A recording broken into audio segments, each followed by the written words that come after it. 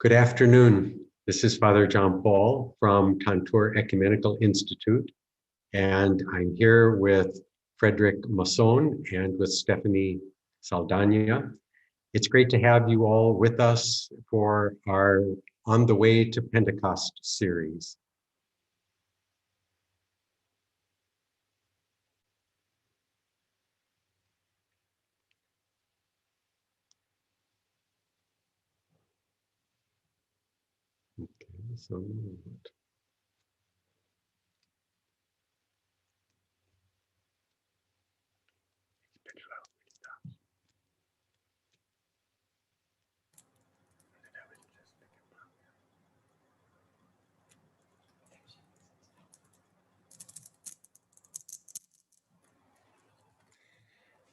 Okay, welcome to everyone. Welcome to this new Pentecost series.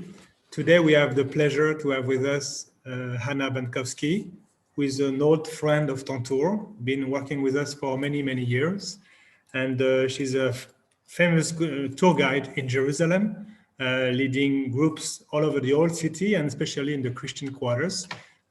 Groups which are from the country itself, from Israel, or as well Christian groups that are coming on a study tour. It's really an honor to have you, Hannah, with us, and we are delighted every time you are here. Hannah Bankowski is also involved in Christian-Jewish relationships, and therefore she has a very important knowledge of the different churches in Jerusalem, and I think it's a precious relations that we built and that way for our ecumenical work in Tantur with Hannah. So thank you again, Hannah. In this series of the Pentecost, the idea is to link the spirituality and the landscapes. So every week we'll have a different story which takes place between Easter and the Pentecost, on the way to Pentecost. And every week we'll have a different landscape of the Holy Land. The idea, of course, is to bring the Holy Land to you, but not only the Holy Land is what you can see, also in the Holy Land it's its richness in the spiritual tradition. So today, Hannah Bankowski will present us the gardens of the Holy Land, as the Holy Sepulcher is the new garden of heaven. The resurrection of Christ at Easter symbolize this new garden for people living into that new garden.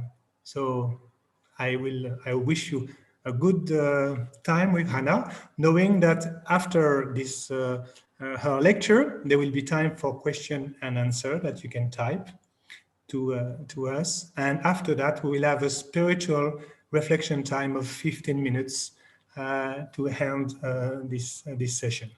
Thank you again for being with us. And everything is to you now, Hannah. Okay, thank you very much for having me. It's a pleasure to be part of the programs of Tantur always.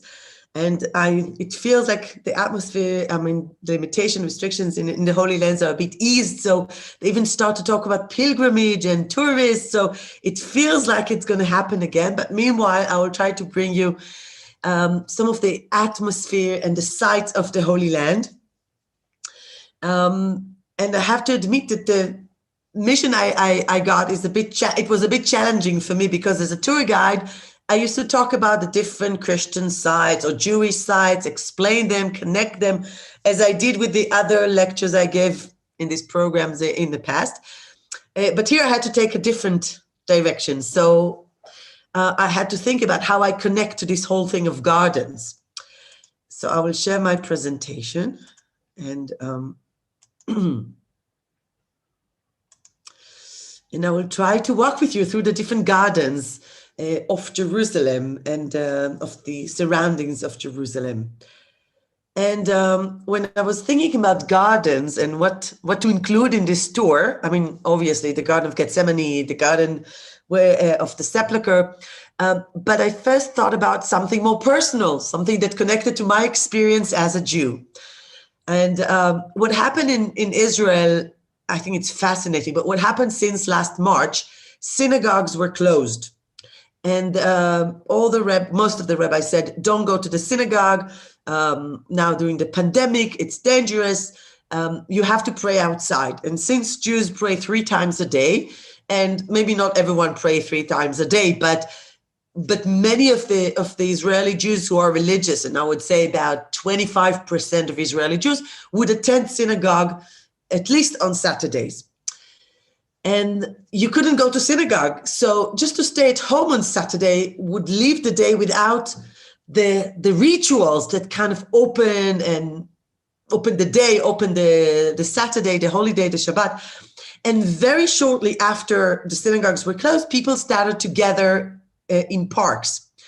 And they arranged prayers and kind of an open air synagogues in parks. Now, in order to have the service on Saturday, you need a Torah scroll, which is a very expensive thing that, written in a special way. And every synagogue keeps it in a safe, but they had to take it out from the synagogue and to bring it to the garden. And we had prayer in the garden. And I live in Jerusalem in an area which is quite religious. I mean, a lot of people who live around me, they're observant Jews. And therefore, in every playground and every little park and every garden in my neighborhood, now you have on Saturday and kind of an open air synagogue. So the service was moved to the gardens and to the parks. And now the synagogues can be open again, but no one wants to go back to the synagogue because we really enjoy praying outside in the nature. I think it would be a bit different when the summer would come and it would be too hot to be outside. But still, just in the street, in the little alley where I live, there are 2 separate minyans. There are 2 separate synagogues that gather people from the neighborhood, and they pray there 3 times a day. And on Saturday, you have 100 people spread between the slides and the swings and the flowers, and they all pray together. So I think it's very interesting to see how the prayers were moved out to the garden. And I would like to connect it to the meaning of the gardens also in Christianity. And I would start with an abbey, with the Benedictine Abbey. It's not inside Jerusalem, it's just outside Jerusalem, actually only 11 kilometers, 7 miles from Jerusalem. It's the monastery of the Benedictine brothers who live in the remains of a Crusader church from the 12th century. And they have a very nice garden. And like many gardens in the Middle Ages, in the monastic gardens, it's used for health uses, for medical uses. So they grow all kind of herbs. It's used for food. The gardens were supplying food for the monks. But it's not just about things that the garden can supply. One of the main things in these gardens, in the monasteries, and I think also until modern times, is that the garden is a calm place, is a place of tranquility. It's a place where you can connect to yourself, you can connect to God. And this monastery, this Crusader, the remnants of this Crusader monastery are still used as such a place.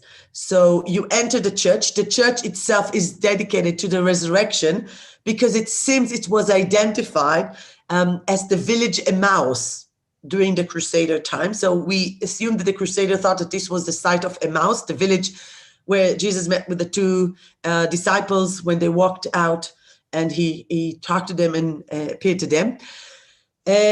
But as I said, I want to go out to the garden.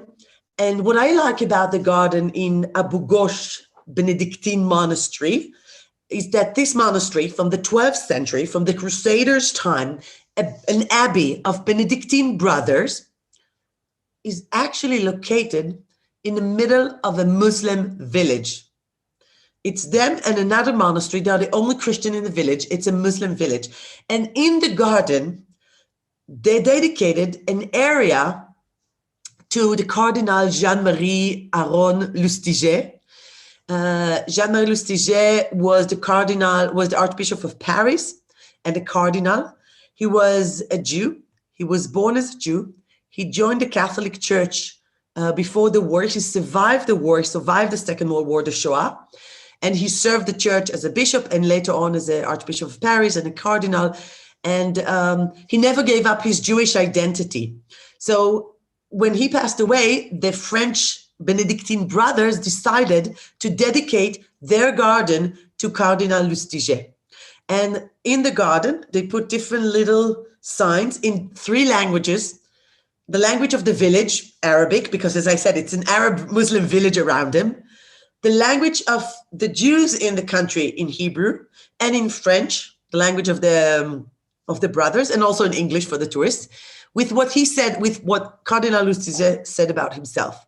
And it says, I was born a Jew, I received my paternal grandfather's name, Aaron, become a Christian through faith and baptism. I have remained a Jew just as the apostle did. My patron saint are Aaron the high priest, St. John the apostle, and Blessed Mary, full of grace. Nothing is impossible to God. And this garden is not just a place where you connect to God, but it's also a place where you can contemplate on your connection with the other. So the garden can be a place of dialogue, a place of encounter, a place that brings people from different cultures and religions together, as the garden of the Benedictine brothers in the Muslim village of Abu Ghosh. And of course, like in many other Benedictine gardens, they also have, they have a little pool, but the water of the pool comes from the spring. Actually, the monastery sits on a very old spring that was used, the pilgrims that walked between the seaport to Jerusalem.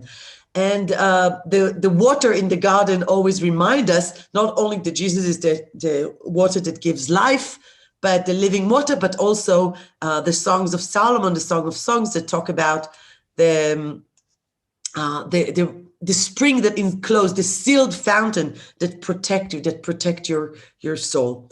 So from the Benedictine garden and the garden as a place of encounter, we're going to move on to another garden, which is also kind of encounter, or kind of a garden that connects things.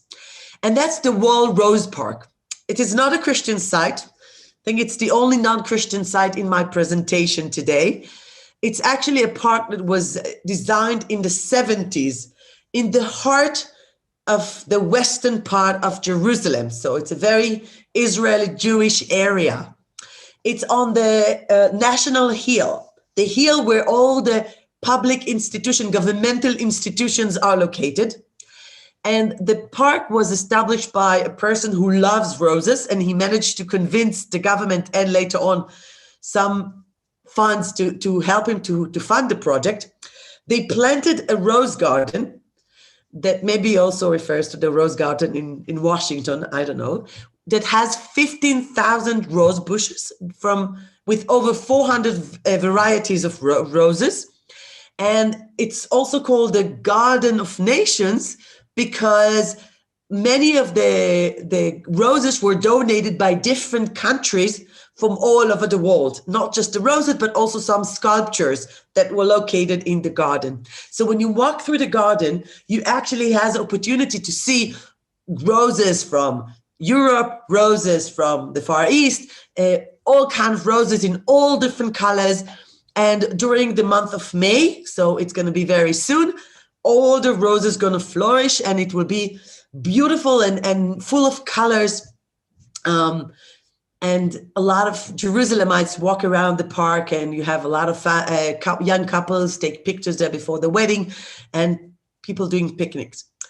But as I said, it's a place of connection. So if you can see from this aerial photo, this is the Rose Park in the center. But the park is not just in the middle of the National Hill where all the public institutions and the governmental institutions are located. It's actually connecting two very important institutions in the state of Israel. On one hand, you have here on the left, the Supreme Court, and on the other side, you have the Israeli parliament. So the garden is responsible to connect between democracy and justice. The parliament is supposed to implement democracy and to create a government that will run the state. But in order to keep the democratic state also just, you need the Supreme Court. And that's the main role of the Supreme Court, is to keep the justice. And because democracy doesn't always go with justice. So you have to take care of minorities, you have to take care of the small communities, and that's the responsibility. And you have to take care of the individuals' rights. So that's the responsibility of the Supreme Court. So this rose garden has a special role, not just a place where you can have picnics, not just a place where you can enjoy the flowers, not just a place where you have this tranquility where you can connect to yourself, to connect to God, but it's a place that connects two very important ideas of the state, the democracy and the justice. I'm not sure if it's working so well, but that was the idea. But just nearby the park, just nearby the rose garden, there's another garden. And that's actually, it's in a valley. It's around the Monastery of the Cross. And the Monastery of the Cross, that we have to enter through a very, very narrow door in order to enter the monastery, you get to the garden of the monastery. It's not very impressive garden inside the monastery. Actually, there's more stone than leaves, than trees in this garden. This is a very old monastery, probably dates back to the Byzantine time, so 1500 years old. But the building you see today is only 800 years old. And what's interesting about this garden is not the fact that there is garden now today, these days, but the fact that there was a garden there and a very important tree that grew there 2,000 or actually 6,000 or who knows how many years ago. So what's the story of this monastery? We entered the church, a very impressive church, very old church.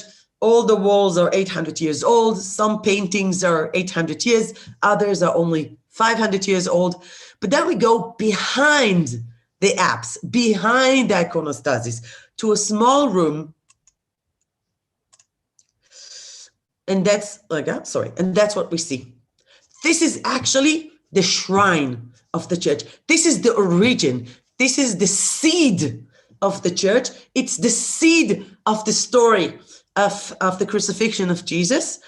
And here you will find the place where the tree from which the wood to make the cross grew. So that's the place where the seed for the wood of the cross was planted. Now you have the whole story on the walls. So let's go over the story quickly. It starts with the three angels who came, and this is an Eastern tradition. So if you're familiar with the story of where the wood for the cross come from, you're probably more familiar with the Western version of the story, that Seth, the son of Adam, planted it near the tomb of Adam, and the tree came from there. And Solomon wanted to use the wood to build a temple, and he didn't, and the whole kind of story in the golden legend about what happened to the tree. But I'm putting that aside, and I'm focusing now on the Orthodox story of how this tree grew and where that wood comes from. So the story starts with the three angels who came to visit Abraham in Alone Mamre, and they are the prototype, they are the prefiguration of the symbol of the Trinity, because there are three that are one. And in the icon, you can see that they all have staff in their hand. So they gave these three sticks, they gave these three staff to Abraham, who gave it to Lot. After the city, Sodom and Gomorrah were destroyed, he gave it to his nephew, Lot. Lot was supposed to water these three branches, these three sticks, with water that come from the Jordan River only. And three trees came out of the same three sticks. And these three trees were cut and were used to build, to make the wood on which, to make the poles on which Jesus was crucified at the end. So the place where the seed was planted, or the three sticks were planted by Lot, according to this tradition, is right here. This inside is a silver plate that you see over here. So just imagine that, I guess in the image of the pilgrims who come here, there was a garden here. And in this garden, there was one very special tree with three different trunks, and from that tree, the wood to make the cross They took the wood to make the cross. So this is the seed. This is the beginning. This is the garden of the beginning, of the start. And the idea that there are three trees and coming out from the same trunk and the three sticks is coming from the book of Isaiah. The glory of Lebanon will come to you, the juniper, the fir, and the cypress together to adorn my sanctuary, and I will glorify the place for my feet.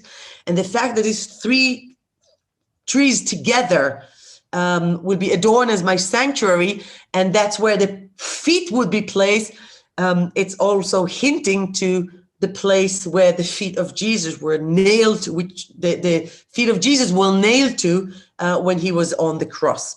So connecting the tree, the location of where the tree was growing with the cross at the end. So this is the beginning. So the Monastery of the Cross is named after the site where the tree of the cross was growing. And from there, we're going to jump toward,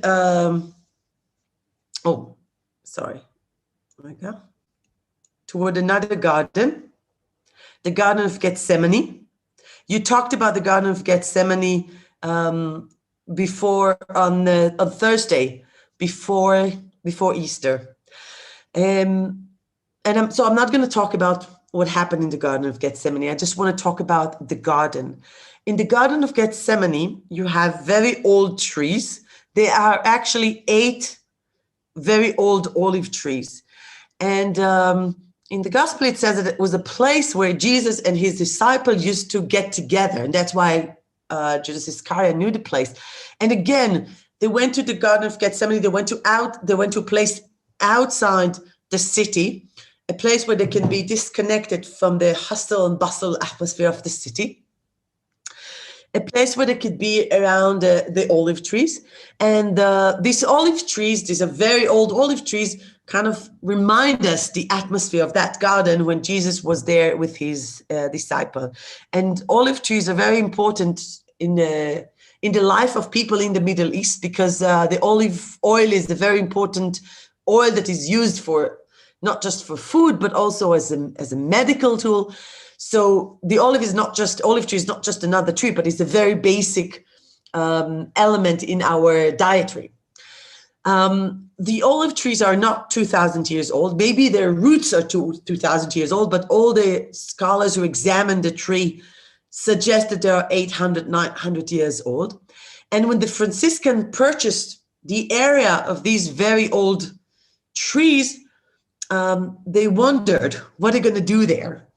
Actually, only in the 19th century, they surrounded the area with a wall. Before that, it was just a garden. And just imagine how impressive it was just to walk down in the valley of Kidron and then see this beautiful garden with very old olive trees, with very thick trunk, and just go between these gardens. So this is a picture. It's a photo of the Garden of Gethsemane in the middle of the 19th century with a little chapel that the Franciscan built outside, but it's mainly a garden. You really feel that you are in a garden.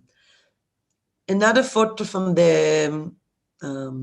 from a bit later, so probably the end of the 19th century. It's a bit more organized. They organize flowers in little circles, and then and they organize it between these very old and big trees. So this is a photo again. It's a photo from the beginning of the century. And then there was a big discussion about the possibility to build a church in the nearby compound. And many Christians thought it would be nice just to leave the garden as a garden. When you build a church next to the garden, it will overshadow the garden. You will not have the atmosphere of the garden.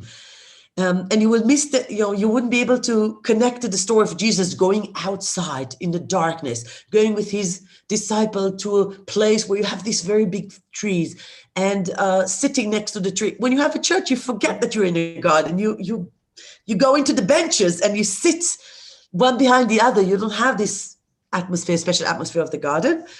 But But then after the First World War, the Franciscans were convinced that they're going to build a church as well. And this is a picture from 1922 when the church was still under construction. And they invited their architect, their home architect, Antonio Berluzzi, to build a huge basilica for them. And I have to admit, when you go today, people pass the garden and they go immediately to the church. And they forget that the most important thing here is to get to the atmosphere by going into between the trees. And today you cannot walk between the trees. You just go in a path with all the other pilgrims. So you kind of miss a little bit this atmosphere of the Garden of Gethsemane. It's more the church of all nations. It looks like this today, if you haven't been to Jerusalem. So you miss a little bit this atmosphere of the garden when you just go directly to the church and look for the stone on which Jesus prayed. And we're coming through the garden that you want to talk about and probably reflect about today, and that's the Garden of Golgotha. So just again, to put things in context, in historical context, Jerusalem today does not look like Jerusalem in the Second Temple period in the time of Jesus. The city had different walls and different size than the city today. So the main part of the city was the temple area on the right over here. Then the center of the city was in the southwest part of the city. So this was the central part of the city, the area where the wealthy, probably many of the priests lived, was over here, close to Jaffa Gate today, the Armenian Quarter. There was another part of the city where it was probably a bit more crowded, down here where the Jewish Quarter is located today. And then the city was expanded, so they added another part of the city to the north, but it was not the central part of the city. The garden where the sepulcher was carved was outside the city. Now, of course, today when you come to Jerusalem, it's inside the city. You can see in light gray the walls of the city today. Today it's included in the city, but of course it's important to remember that it was a garden outside the city. Now, what kind of a garden? So we're talking about a quarry outside the city. Now, in order to build a cave, to bury people, and I remind you that the burial method of those days was to put the body on a shelf in a cave for 1 year. After 1 year, the body was decomposed, and then they took the bones and put the bones in a little ossuary, in a little stone box. So in order to have a cave where you have these shelves to put the bodies and then a shelf to put the little ossuaries, you need to carve it into the stone. Now, if you just try, for example, in a flat area to carve a cave like that, you have to dig down and then into the ground. It's very inconvenient. So the only way to carve a cave, a burial cave, was either you do it in a quarry. So this is a quarry that was used in Jerusalem, where it used to cut the stones in the past. So you have big holes, and then you have these walls that you can cut directly through the walls. Or, and again, to give you the impression of how things look like in Jesus' time, or to carve them in the valley. If you have a valley, and you have the slopes of the hill, you can carve it directly into the slopes of the hill. And this is the valley of the Sun of Hinom, Gehenna in short. It's surrounding the city from the east. If I go back to the map, sorry, it's right over here. This is the valley of Hinnom, if you can see my arrow, my pointer. And in this valley, you will find many burial caves from the same time as Jesus' tomb. Because it's a valley, you can carve, you can dig directly into the stone on the slopes of the hill, and you can have a nice burial cave. Now, since it's a valley, since it's outside the city, it's also used as a garden. You have trees, you have plants around it. So if you want to imagine how things look like, maybe you can look at these first century burial caves in the valley of Hinnom. But in the case of the sepulcher of Jesus, we're not talking about a valley. We're actually talking about artificial quarry that was used many years before Jesus' time, and it was not in use anymore in Jesus' time. So you had this very big hole in the ground. And what happened there, if no one lives there, you probably have trees and plants and a garden. So the garden, the tomb was carved into the rock in this quarry, which you can actually see its remnant inside the Church of the Holy Sepulchre. And the garden was like, so they carved it in the stone. You had a shelf on which the body was laid down. And after a year, you were supposed to take the body out and put the bones in a little ossuary. And this is the rolling stones closing the entrance to the cave.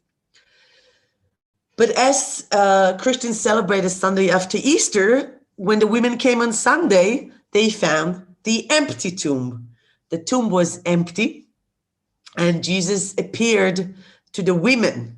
And that's the part I always enjoy telling my students, my Jewish, Hebrew, Israeli students, that women have a very important role in the resurrection, because they were the first one to whom Jesus appeared, and they had to testify to the disciples that Jesus was resurrected. So women have a very important role in the story of the resurrection, and especially one woman, Mary Magdalene. So this chapel is dedicated to Mary Magdalene, to whom Jesus appeared. She was confused to think the most logical thing, that he's the gardener who's taking care of the garden in the beautiful quarry where wealthy people carved their burial cave. So if you have enough money, you can make your own burial cave in a good location, in a place where a gardener will take care of the site. You know, just like in cemeteries today, you have gardeners who take care of the garden near the tomb. But if you have a cemetery of the poor people, no one takes care of the garden around. Excuse me. So she was confused, and Jesus, and then she realized it was Jesus, and he said, "Don't touch me." And then she realized that it was Jesus talking to her. So this chapel is dedicated to Mary Magdalene and to the appearance to Mary Magdalene after the resurrection. It belongs to the Franciscan. And that's the painting that is hanged on the wall that shows this conversation between Mary and Jesus. She says in Aramaic, Rabboni. And Jesus said, "Do not hold on to me, for I have not yet ascended to the Father. Go instead to my brothers and tell them." She's the one who bring the message to the disciple about the resurrection. Mentioning Mary Magdalene, we have to pay a visit to another church dedicated to her outside the old city, and that's the Russian Church of Mary Magdalene. This church is on the slopes of the Mount of Olives. It's dedicated to Mary Magdalene, and in the middle, just above the altar, you have this painting, and it's based on a story that is very popular among Eastern Christians, that after the resurrection, Mary went around to spread the gospel, to spread the good news. She told them to the disciples, and then she went around to keep telling people about the good news. She was apostle as well, the apostle to the apostles. And she arrived in Rome, and she appeared to Titus, the emperor, the Tsar. And Titus, and she went around telling that Jesus was resurrected. And Titus, the emperor, was laughing at her, and he said, he was the leader of a whole Roman Empire, and he was looking at this woman holding a boiled white egg in her hand, and he was laughing, and he said, "The chance that Jesus was raised from the grave is like these eggs that you hold in your hand would turn red." In that moment, the egg turned red. So this church, just above the Garden of Gethsemane, dedicated to Mary Magdalene, commemorate this encounter with Titus, that Jesus was resurrected. She proved it to him. Well, she didn't have to, Jesus did, by turning the white egg into red. And of course, the color red is a reminder of the more of the blood of the sacrifice of the death of Jesus. And I just like this big balloon in red that is presented in the garden of this church dedicated to Mary Magdalene. Actually, nothing to do with our topic today, but in this garden, in this church, the mother of Prince Philip, who just passed away from England, is buried. And talking about the garden and the garden of the Sepulcher, we have to mention another garden, and another garden that is connected to the tomb, but was identified many years later. So the Church of the Holy Sepulchre was built over the Garden of the Sepulchre in the 4th century. But in the 19th century, Protestants who came to the Holy Land felt uncomfortable about the Church of the Holy Sepulchre. They couldn't see the Rock of Golgotha. They couldn't see the sepulchre. They looked for another site and located an alternative site where they could see a rock that has a shape of a skull. Some people call it the Skull Hill, others call it Gordon's Calvary, because Gordon was a British officer in the army who came to Jerusalem and stood on this balcony in the Muslim quarter, looked toward the rock here, and he looked at and thought, oh, it looks like a skull, like Golgotha, like Calvary, and suggested this hill as the Calvary hill, the Skull Hill. So it's also named Gordon's Calvary. So he suggested this hill as the Calvary, as the place of the skull, because it looks like a skull. And nearby, a tomb was discovered by a very known scholar, designer, architect, Konrad Schick. He found a burial cave not far from that hill. If you've been to the Garden Tomb, you know it looks very different today. But he examined this tomb, and he suggested that, and Gordon suggested that this tomb could be the authentic tomb of Jesus. The Garden Tomb looks very nice today because in 1895, an organization was established in the UK, and they run the garden. They planted many trees. They found remnants of a big cistern and an oil press in the area. So they suggest that this is hinting that there was a garden there. And they suggested that the tomb that Konrad Schick found, this tomb, is actually Jesus' tomb. There is an archaeological problem with this location because the tomb seemed to be a bit too early to be a newly carved tomb. The tomb is probably from the first temple period, so about 700 years before Jesus' time, and was reused in the 1st century and in the 6th century, in the 7th century, and maybe by monks. But for many Christians, this place gave a better understanding of how a tomb, a garden, and a hill and a rock with the shape of a skull can be connected.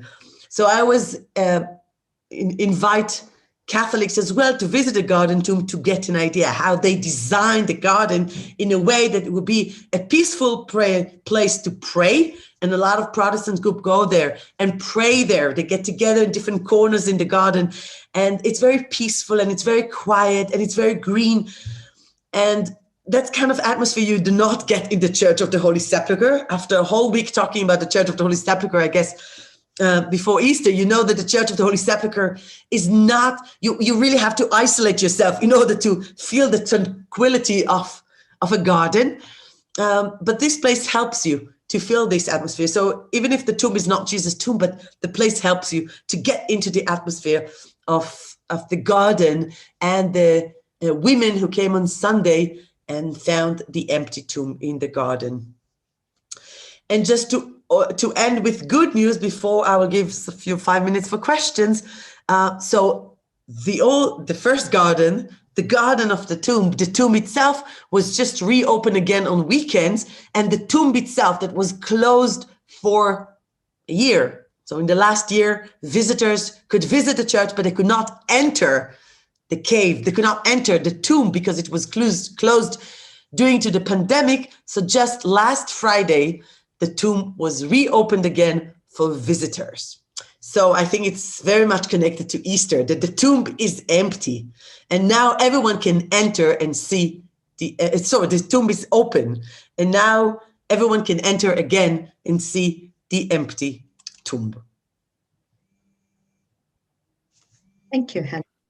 So there's a couple of questions coming in, so I'm just going to start asking some of them. We were amazed at the spectacular gardens. Where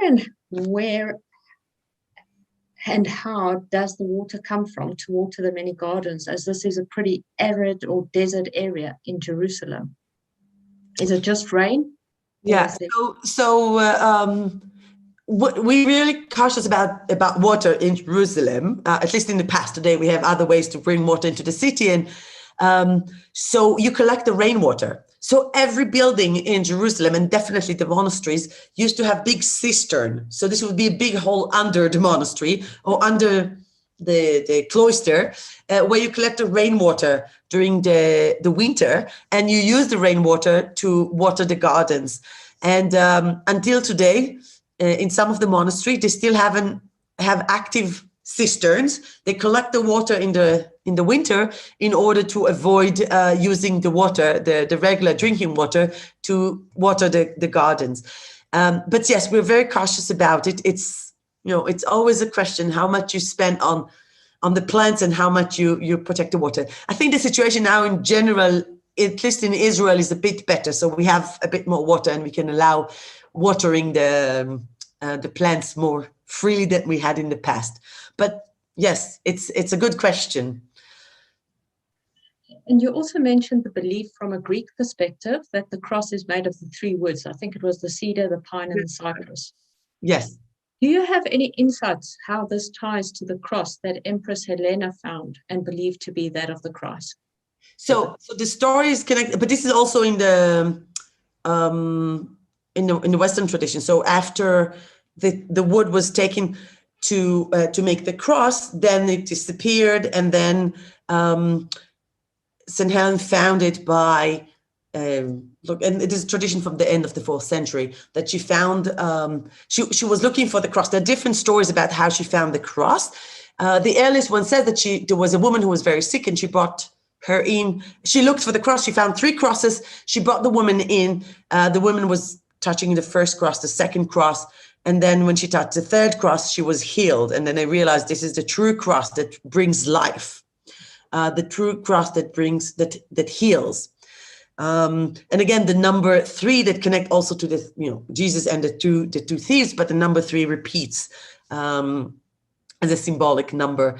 And there is a tradition, but it has probably no historical basis, that Helen herself was the one who founded the Monastery of the Cross. But I have to admit that I think all the churches in the Holy Land, all the monasteries in the Holy Land would insist that their church and monastery were established by St. Helen.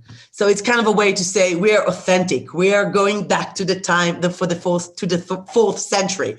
This is a real authentic place, and it has no historical basis. So it's all the same. And actually, the Golden Legend version, the Catholic version, says that when Queen of Sheba came here and she saw this piece of wood that was actually taken by Solomon. Solomon, as I said, wanted to use it to build a temple. It didn't work out, so he built a bridge. And according to the Golden Legend, the Catholic version, when Queen of Sheba came to visit King Solomon, she stopped at the bridge and she fell on her knees and started to kiss and worship this piece of wood. And King Solomon didn't understand what's going on, why she's doing this very strange thing. And she said, from this wood, the salvation to all nations would come. And there's some quote that it would replace the place of the Israelites, and the salvation to all nations would come.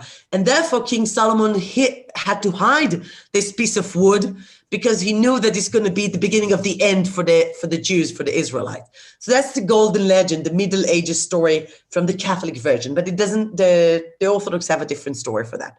So this is that they cut the tree and they use it for the cross. But again, it's just to say that it's not enough to say that Jesus was crucified on a piece of wood. It's this piece of wood also has history. This piece of wood is also a miraculous piece of wood that comes from a miraculous tree that connects to the beginning, that connects to Abraham or to Adam, to the beginning. Okay. So here's another interesting one. It seems to me as Christians, we keep trying to pin the tradition down by building churches. In contrast, gardens grow more organically. Has Judaism benefited from the destruction of the temple and the diaspora?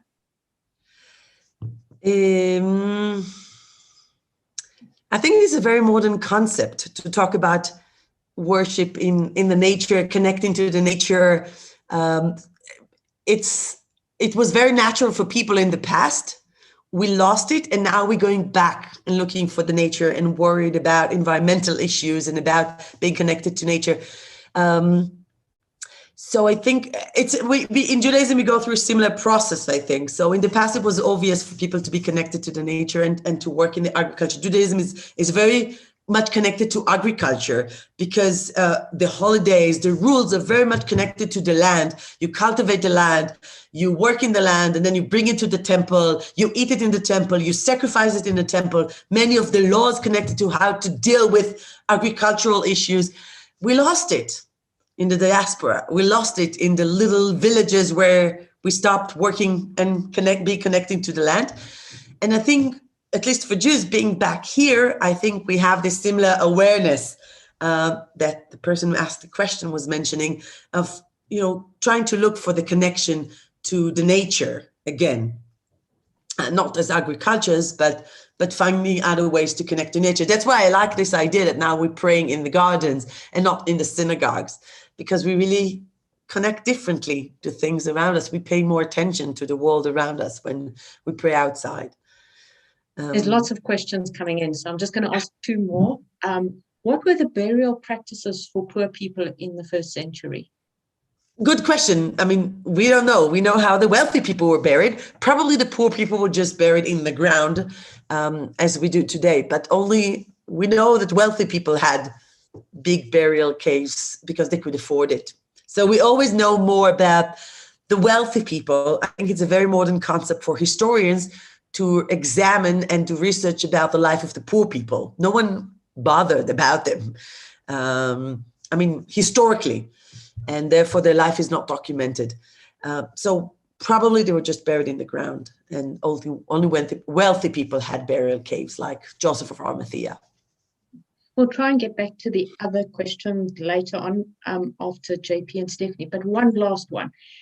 People are saying thank you very much for the beautiful presentation. But do you, Hannah, have a favorite garden that you enjoy visiting? So I like the Valley of the Cross. So the area of the Valley of the Cross is really in the middle of a very urban area, and in the Valley of the Cross there are a lot of trails and walkways around the monastery. And you see all the Jerusalemites there, especially during the pandemic now in the last year when the gyms were closed and we were stuck at home. So the only thing we could do for a couple of months is to do sport. You could go out for sports, but you couldn't go out for anything else. So everyone started to do sports and walking around. And when you walk this beautiful garden with the flowers according to the season, change according to the season, you could also see the human life of Jerusalem, people from all different backgrounds, people from religious backgrounds, national backgrounds, more Jews, but also Arabs, Christian, Muslim, just walking, talking, and all the flowers and the plants and trees around, and lots of olive trees, and then the monastery, which is a very impressive building. So I think that's my favorite garden in Jerusalem. Thank you, Hannah. You also have people, not just plants. Thank you very, very much. We're going to maybe try and circle back at the end, but I'm going to hand over now to Stephanie and Father John Paul to do their reflections based on your gardens.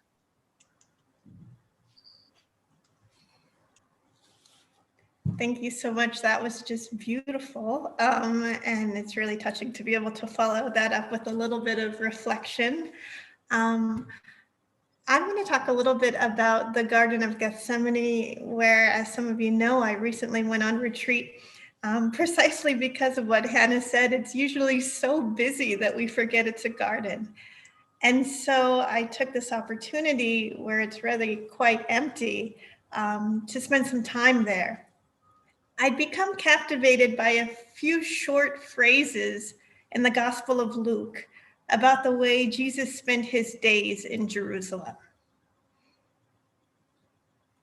The first said simply, every day he was teaching in the temple, and at night he would go out and spend the night on the Mount of Olives, as it was called. And next it said, he came out and went, as was his custom, to the Mount of Olives, and the disciples followed him. It was the phrase, as was his custom, that captured my imagination. I thought about that. Jesus had a routine. It seemed during his time in Jerusalem that during the end of his long days, he retired to the Mount of Olives to be among the trees. He prayed there. Perhaps he also visited his friends Martha and Mary and Lazarus, who lived over the mountain in Bethany. Next slide. It was the image of Jesus at the end of his long days, retiring to a garden to pray, that captivated me. Just as it captivated me that he chose to come to a garden when he faced the hardest decision of his life. I took this photograph from my hermitage when I was on retreat with the Franciscans, just behind the Garden of Gethsemane. And what it reminds us is that, as Hannah told us, Jesus really moved outside of the city and the busyness of his life, of his routine. He moved outside of the city walls for quiet at the end of the day. I got to thinking that everything Jesus does is not only for Jesus, but also for us. What was Jesus teaching us when he went to be among the trees each day? Maybe he was trying to show us something about what we too might do after our long days in the midst of our busyness. Perhaps we too might pull away from our lives, our routines, our noise, to spend some time in the garden of our hearts, where we pray and encounter God, and where we look at the beauty of God in our lives in a new way. We can take a seat if we'd like. Take a deep breath. We can go back through our day. Notice its textures, the wind, the smell of figs, the sound of a voice, a piece of music. We can notice and be grateful for what was beautiful in it. A kind word, a moment with our children. What I noticed was that the longer I stayed in the garden where Jesus prayed, the more I could see what was in it. Trees, flowers, a pomegranate still on a tree. The Gospels are full of images from nature. The mustard seed, fig trees, palm branches, vineyards. The more we notice beauty, the more our hearts open to God speaking within us. And the more we take time to tend the garden of our heart and hear God there, the more we become alive to the beauty of our daily lives and learn to see it.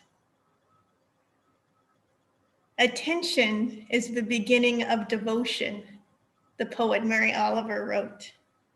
The act of looking is prayer. It's planting a garden. Even children can do it. My daughter, Carmel, made up a song these last days that she sang at the end of the day.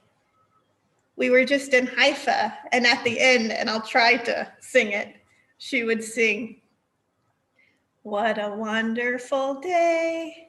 Today we went to the beach. I made a sandcastle with Sebastian. What a wonderful day. We went to the Japanese museum. We saw a painting like I knew it. What a wonderful day. I ate ice cream, and now it's time to sleep. What a wonderful day. I hope we never forget it today." When we ask to see the world as God sees it, when we notice beauty in our lives, when we pay attention, we're taking the seeds of our day and planting them so that they might grow. Later, in those difficult moments of our lives, we can find solace in that garden, full of those moments of beauty where we notice God.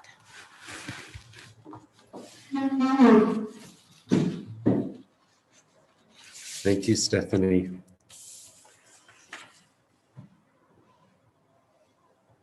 You know, when I think of gardens, I have all sorts of memories. And so I share with you just one memory of a garden. When I was growing up, gardens were not a pleasant thing. Gardens were a place where you went to work. So I came from a large family, and we had a huge garden. And one of the things that we were supposed to do every day when we got home from school was to go out and weed the garden. And so we were kind of like little garden caretakers. Well, we also really enjoyed getting home from school and just messing around, playing.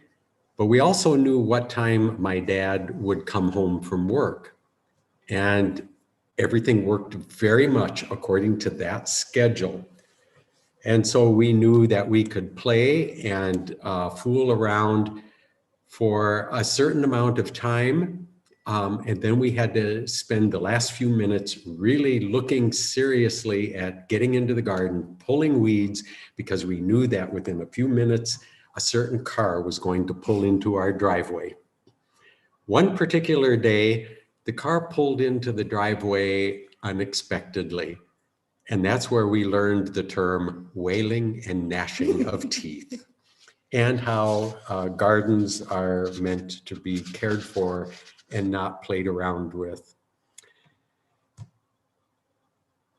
One of the things that also Hannah mentioned was the tradition of Mary Magdalene and the red egg.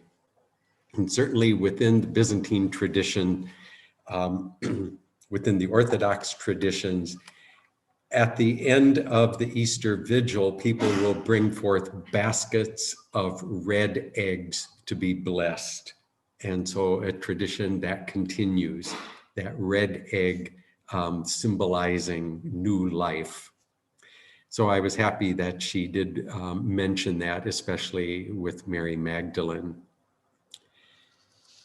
I'm also very taken by the scripture passage of Mary Magdalene going to the tomb and finding the empty tomb and encountering Jesus outside the tomb. And scripture says that thinking he was the gardener, approaches him and just says, "Sir, tell me where you have put him so that I can go take the body."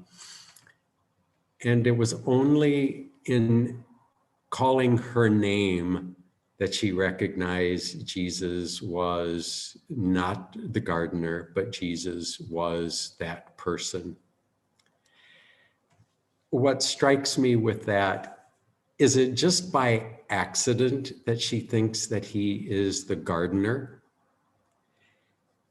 I like to think that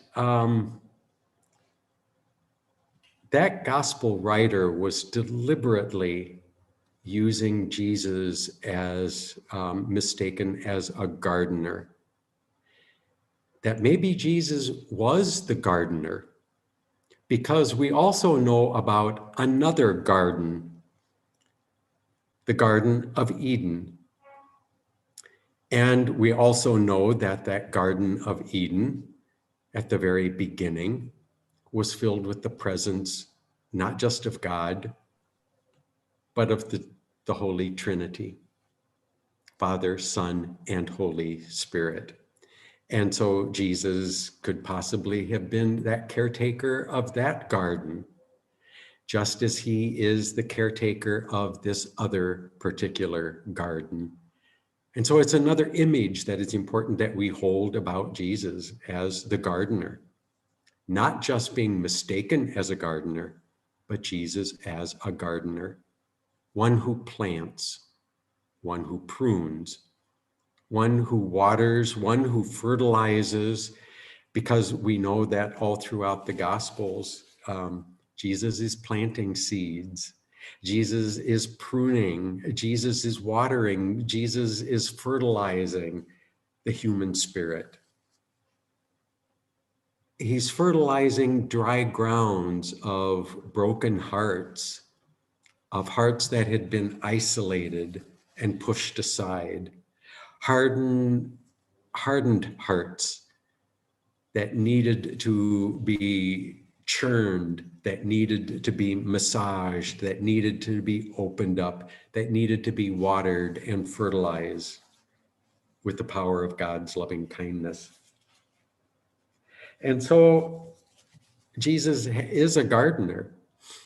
Certainly in the Orthodox tradition, we have a word that we call theosis. It's Adam and Eve and all humanity having to leave the garden, but with the promise that one day they would be restored to the garden.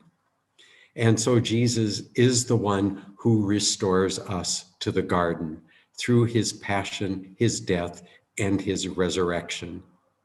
And as we also heard, last week in our Holy Week series, one of the traditions of portraying the resurrection in Eastern tradition, Jesus does not rise from the dead alone.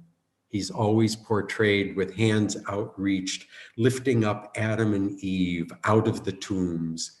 And so our Easter proclamation, Christ is risen from the dead, and by his death, he has trampled upon death, giving life to those in the tombs, the restorer to the garden.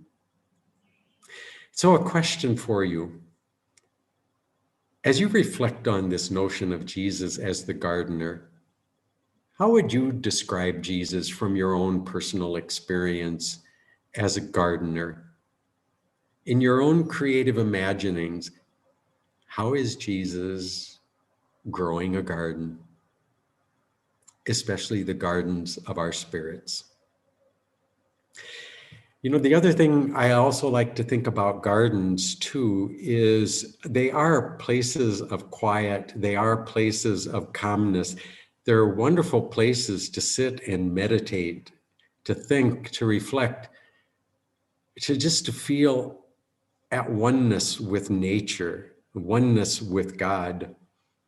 But I also think that they're places of vulnerabilities too.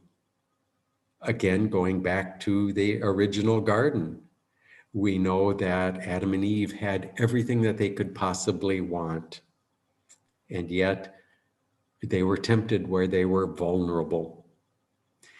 We also have a beautiful story in Hebrew scriptures of Susanna, this woman who was married to a wealthy guy and had a beautiful garden. And late one afternoon, in that beautiful garden, as was her custom, she drew a bath. And two dirty old men saw her and lusted after her. And so that garden was also a place of vulnerability, of temptation. We also hear from various literature, the garden of earthly delights, that always kind of gets us into trouble. And so therefore there is that other side of gardens. but important that we reflect that gardens are a place that are meant to restore, to help us refocus on life. Gardens really remind us that our Creator has gifted the earth with the ability to bring forth life. And so the earth has a power to bring forth life, to allow things to grow. And it's really through that image and likeness of God creating and gardening that somehow we also create beautiful gardens.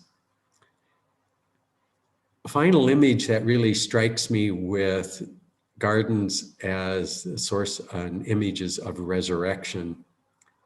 Many years living out on the prairies in the Dakotas, where also very arid, rains would water the earth every year, every winter, and usually early spring.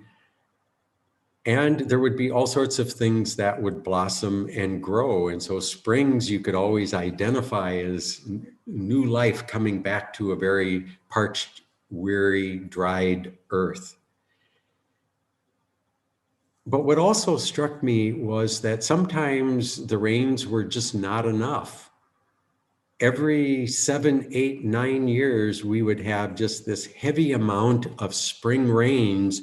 And shortly thereafter, thousands of prairie flowers that we had not seen in previous years would burst forth to give such a beauty to that prairie. And so they were seeds that were lying in the earth, just waiting for the right moment to burst forth. And so Jesus, descending among the dead, with those seeds waiting to burst forth into new life. And by his death, he has trampled upon death, giving life to those in the tombs, raising them up. I think, again, that's a beautiful image of a garden that gives life. And so that mistaken image of Mary Magdalene thinking Jesus was the gardener, maybe it wasn't a mistaken image. Maybe it's going back to an important image we need to keep in mind. The one who creates a garden in the beginning and the firstborn of all creation in a new garden.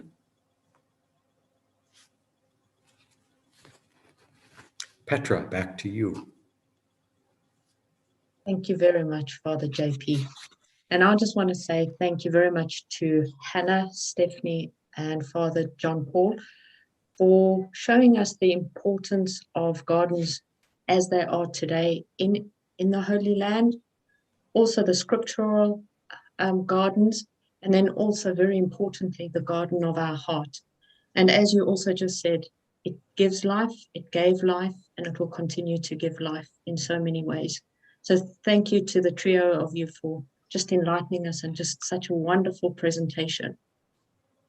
And that brings us now to the end of our session, but over time.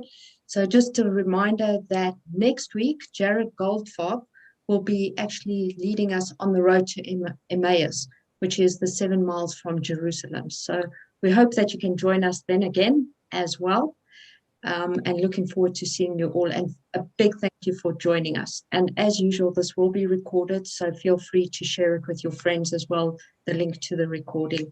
Everyone is welcome to listen to it. It's just too good a treasure to keep for ourselves. So thank you, everyone. And Hannah will respond to some of the questions in the chat window, or I will send you. I did for what I found. I already did answer. Thank you. So Hannah's responded to all those other questions that we... And you can always communicate directly if you have other questions. So they have my email or... Yeah. So.